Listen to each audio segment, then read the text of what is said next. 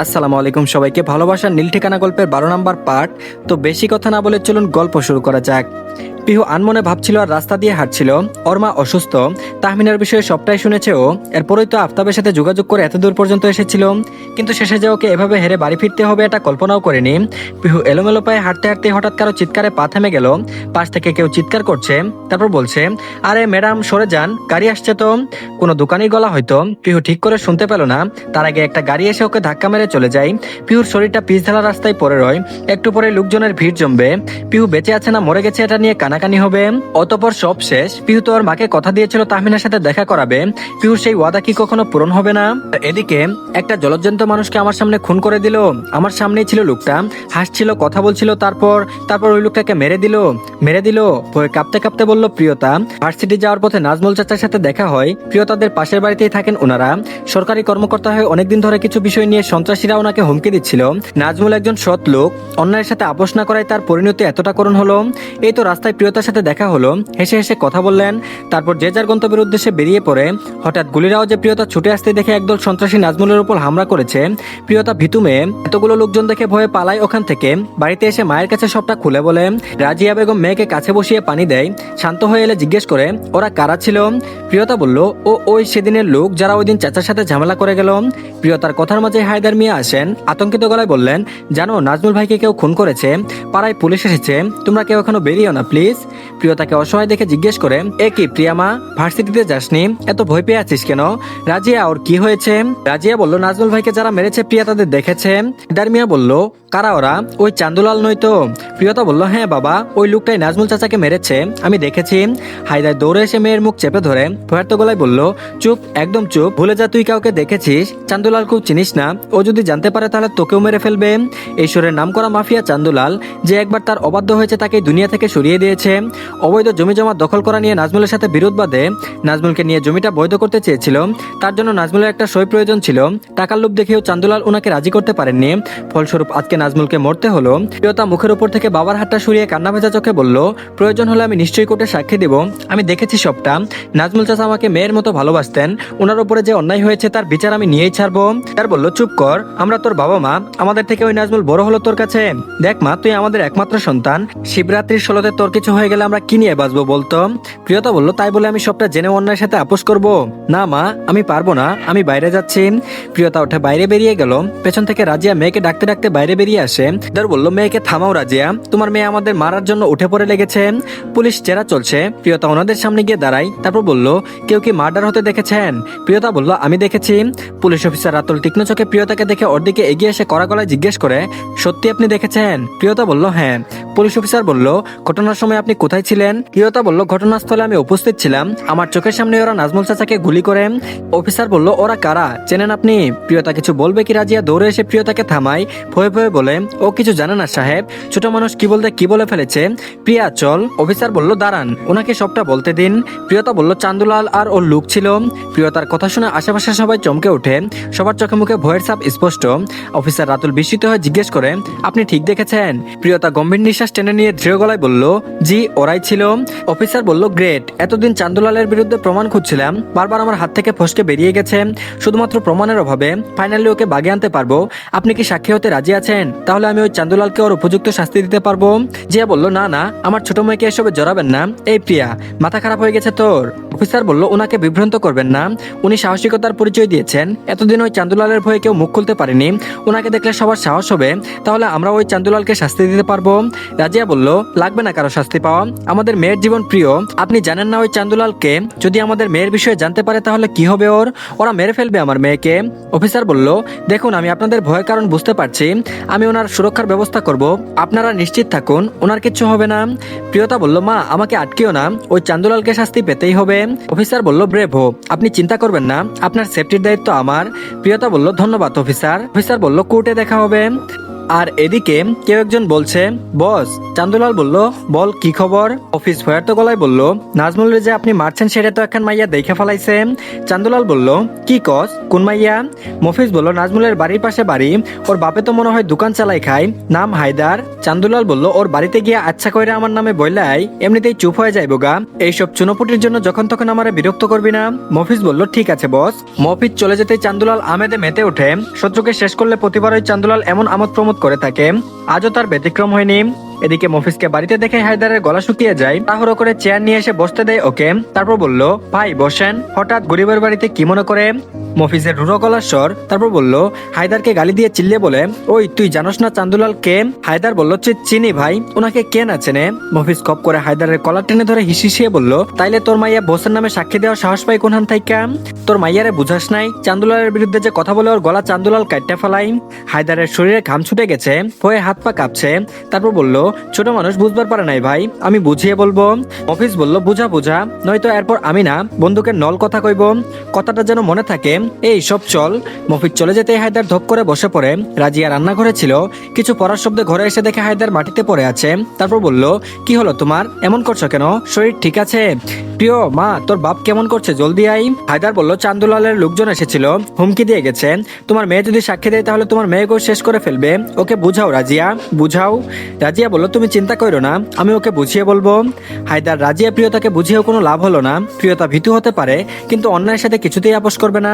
অগত্যা বাধ্য হয়ে হায়দার প্রিয়তার বিয়ে ঠিক করেছে। ছেলে বিদেশে থাকে, বিয়ের পরপরই প্রিয়তাকে নিয়ে বিদেশে চলে যাবে। প্রথমে প্রিয়তা রাজি হয়নি, পরবর্তীতে এটা ভেবে রাজি হয়ে সাক্ষী দিয়েও দেশ ছাড়বে, তাহলে ওর বাবা মায়ের আর কোনো চিন্তা থাকবে না। এদিকে বিয়ের 2 দিন আগেই প্রিয়তাকে পুলিশ স্টেশনে ডাকা হয়। অফিসারের সাথে কথাবার্তা বলে ওনাকেও হায়দার আর রাজিয়ার চিন্তার কথা বললে অফিসারও রাজি হয়ে যান। সব মিলিয়ে সিদ্ধান্ত নেওয়া হয় প্রিয়তা গোপনে সাক্ষী দিতে আসবে, এরপর যা হবে দেখা যাবে। আর এদিকে বস, মাইয়া তো সোয়ানা বাইর হইল, আপনারা জেলে ঢুকাইয়া ভাতার লইয়া কাতার যাওয়ার প্ল্যান করতেছে, বলেন তো ওইটারে খালাস কইরা দেই। চান্দুলাল বলল, মায়ান রে খবর দে, বেডি মানুষের বেশি বাড়া ভালো না, আর নাজমুলের কেসটা জটিল হইয়া গেছে, এখন ওই মাইয়ারে মাইরা ফেলাইলে আরো বেশি জলঘোলা হইব, তার থেকে ভালো মায়ান ওই একটা ব্যবস্থা করুক। মফিজ বলল, ভাই তো কক্সবাজারে। চান্দুলাল বলল, নীলার লগে আছে নাকি? মফিজ বলল, না ভাই, আপনিই তো পাঠালেন 12 ডিল ফাইনাল করতে। চান্দুলাল বলল, কাম হয় নাই, ওদের জলদি আইবার কম। মফিজ বলল, জি বস। আর এদিকে মফিজ মায়ানকে কল করেছে।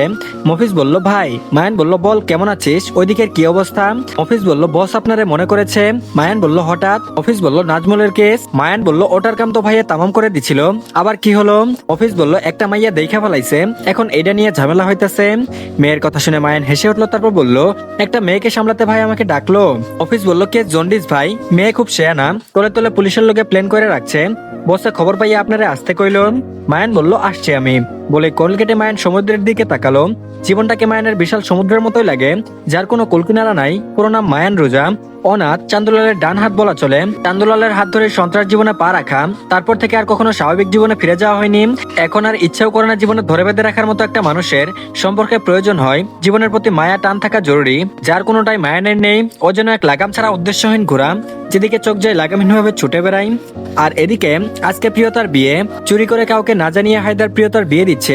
প্রিয়তার এখনই বিয়ে করার ইচ্ছে ছিল না, সবেমাত্র 22 বছর বয়সের, এখনো পড়াশোনা বাকি। জীবনে কত শখ ইচ্ছা আহ্লাদী ছিল, আজকে একটা ত্রাসের জন্য চান্দুলালের ভয়কে সব ইচ্ছেকে জলে ফেলে দিয়ে বিয়ের পিড়িতে বসতে হচ্ছে।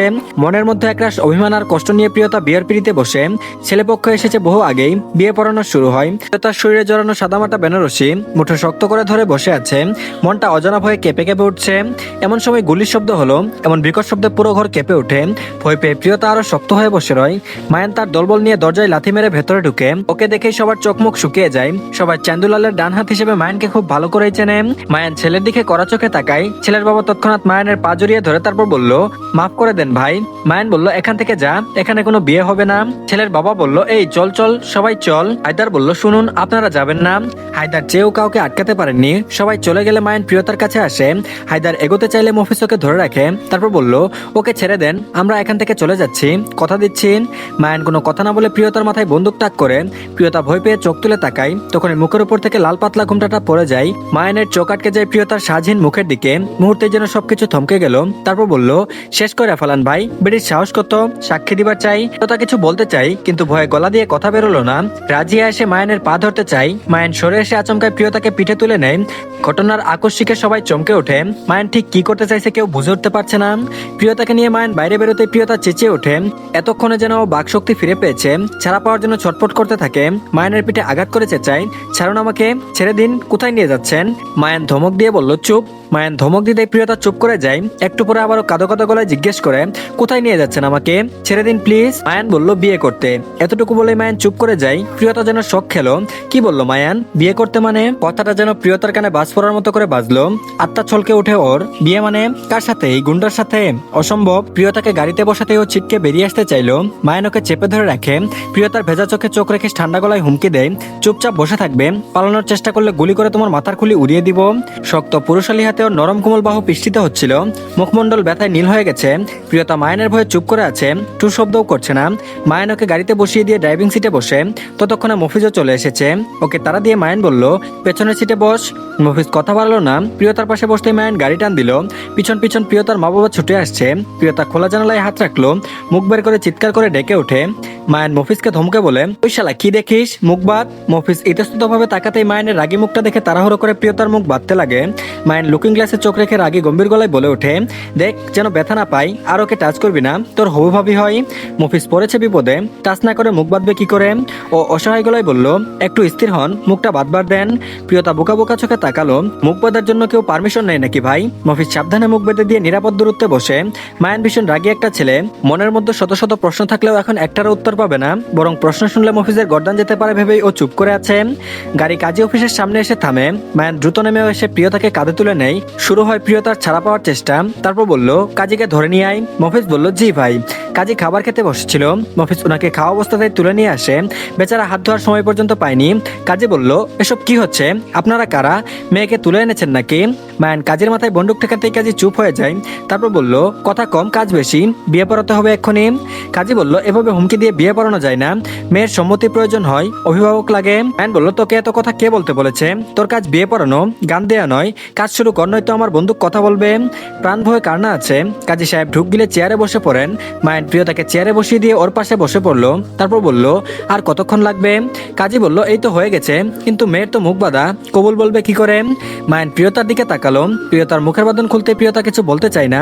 মায়ান সুযোগ দিল না। মুখের মধ্যে বন্দুক ঠেকিয়ে হুঁশিয়ারি দিয়ে বলল, তুমি মুখ খুলবে শুধু কবুল বলার জন্য, আর কিছু বলার জন্য নয়। প্রিয়তা বলে না, আর যাই হোক, একটা গুন্ডাকে বিয়ে করা যায় না। ওর চুপ থাকায় মায়ানের রাগ হলো। ধমক দিয়ে বলল, কি হলো, কথা কানে যায়নি, কবুল বলো। ওর ধমক দেওয়াতে কাজী পর্যন্ত চমকে ওঠে। প্রিয়তা চুপ করে আছে। মায়ান তাকালো মফিজের দিকে। মায়ানের চোখের ভাষা মফিজ বুঝে। ও তৎক্ষণাৎ কাউকে কল করে। ভিডিও কল প্রিয়তার দিকে ঘুরিয়ে দিতেই প্রিয়তা আটকে ওঠে। দুটো লোক হায়দার রাজিয়ার মাথায় বন্দুক ধরে আছে।